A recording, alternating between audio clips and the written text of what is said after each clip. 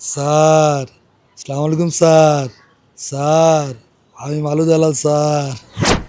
হ্যাঁ, আমার তো মনে হয় যে আপনি যদি নতুনত্ব নিয়ে আসেন আপনার সিনেমায়, তাহলেই দর্শক, কারণ দর্শক এখন কিন্তু অডিয়েন্স কিন্তু এখন খুবই স্মার্ট। দর্শক এখন নতুন কিছু দেখতে চায়। আপনি পূর্বে 30 বছর, 40 বছর, 20 বছর কী করছেন এইটা আর দেখতে চায় না। তো আমি যদি ওই দিক থেকে বলি, সাকিব খানের লাস্ট যে ফিল্মগুলো ছিল সবগুলোতেই মোটামুটি নতুনত্ব ছিল। তো যার কারণেই দর্শক নতুন জিনিসকেই টানবে, এটা স্বাভাবিক। তার ছবি অনুপ্রেরণা করে সবাই তার পিছনে পিছনে হাঁটছে। হ্যাঁ, এখন অনেকেই তার মতো করার ট্রাই করতেছে, ট্রাই করুক, এটা ভালো। এটা ভালো। বনলতা এক্সপ্রেস, তারপরে গেছে হচ্ছে দম সিনেমা। তো এই সিনেমাগুলো খুবই ভালো সিনেমা ভাই। তো এখন অনেক ভালো সিনেমা হচ্ছে, আপনারা দেখেন। আমি তো দেখলাম যে মোটামুটি বনলতা এক্সপ্রেস খুবই ভালো চলতেছে, খুবই ভালো করতেছে। তো সবাই ভালো সিনেমা হচ্ছে, ভালো সিনেমা এখন ইন্ডাস্ট্রিতে হচ্ছে। তো প্রতিযোগিতা হলেই ভাল লাগবে।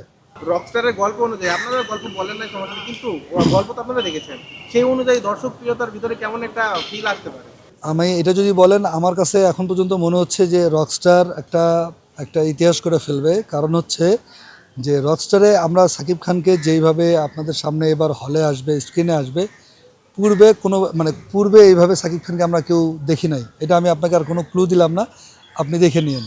সিয়ামের সঙ্গে সাকিব খানের সাথে কতটা ডিফারেন্ট মনে করছেন? সিয়াম তো এবার বাম্পার করছে সিনেমা করে, রাক্ষস সিনেমাটা দিয়ে। শিয়া বাটার ও ভিটামিন সমৃদ্ধ লিলি বিউটি সোপ, তারুণ্যময় উজ্জ্বল ত্বকের জন্য। হ্যাঁ, সিয়াম ভাইয়ের রাক্ষস সিনেমা ভালো করছে, কিন্তু আপনি যদি, আপনার প্রশ্ন যদি এরকম থাকে যে সিয়াম ভাইয়ের সাথে সাকিব ভাই কতটুকু ফাইট করছে, তাহলে আমি বলবো যে ফাইট জমে নাই। হ্যাঁ, মানে জমে নাই। মানে সাকিব ভাই, এটা আপনারা তো আমার থেকে ভালো জানার কথা, যেহেতু আপনারা সব জায়গায় যান, যে হলে গেলেই আসল ব্যাপারটা বোঝা যায়।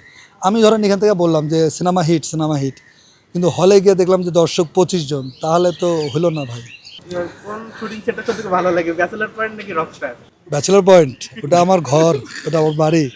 আমার ব্যাচেলার পয়েন্ট ঘর কি জন্য মনে হয়, যে সেইখানে আমার একজন গার্জিয়ান আছে, কাজল আরফিন অমি ভাই আমাকে গাইড করে। সেখানে আমার আরও একজন গার্জিয়ান আছে, মার্জুক রাসেল ভাই, যিনি গাইড করে।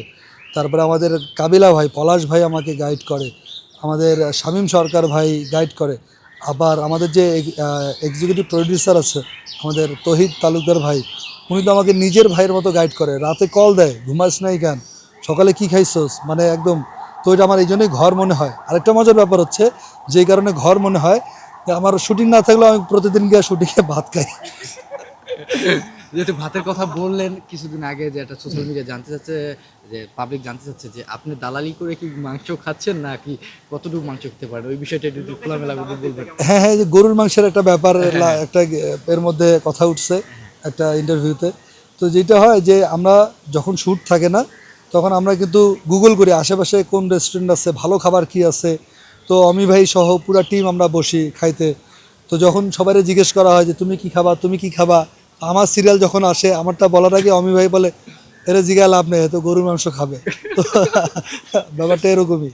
তো এই জন্যই মনে হয় যে ব্যাচেলার পয়েন্ট শুটিং সেট, এটা আমার ঘর, এটা আমার বাড়ি। টোকাটুকি এখন পর্যন্ত আমার কারোর সাথে লাগে নেই, আমি ছোট মানুষ। আর রিলেশন যদি বলেন, মানে পুরা ছোট ভাই বড় ভাইয়ের মতো, পুরা ব্যাপারটা তার ফ্যামিলি। আর আমি এর আগেও একটা জায়গায় বলছি যে যদি ব্যাচেলার পয়েন্টে আমরা কি করি, এটা যদি কোনোভাবে শ্যুট করে দেখানো যেত, আমার মনে হয় যে পাবলিক এটা অনেক বেশি এনজয় করতো। মানে একটা হয় কি যে পুরা সেট, হ্যাঁ, মালু দালাল, মালু দালাল দালাল একদম ফান চলে।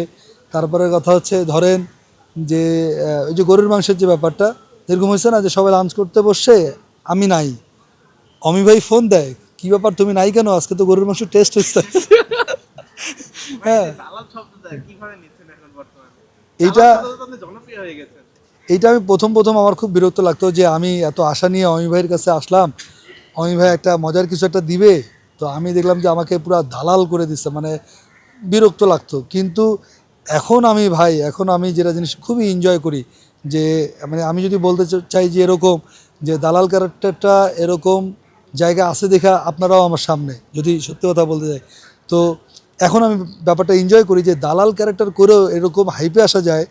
হ্যাঁ, এখন আমার মজা লাগতেছে, এখন মনে হচ্ছে যে হ্যাঁ আমি দালাল, ভাই আমাকে দালাল বলেন। অফ স্ক্রিনে যে তহিদ তালুকদার ভাই, উনি আমাকে এক ধরনের, উনি আমাদের এক্সিকিউটিভ প্রডিউসার ব্যাচেলার পয়েন্টের।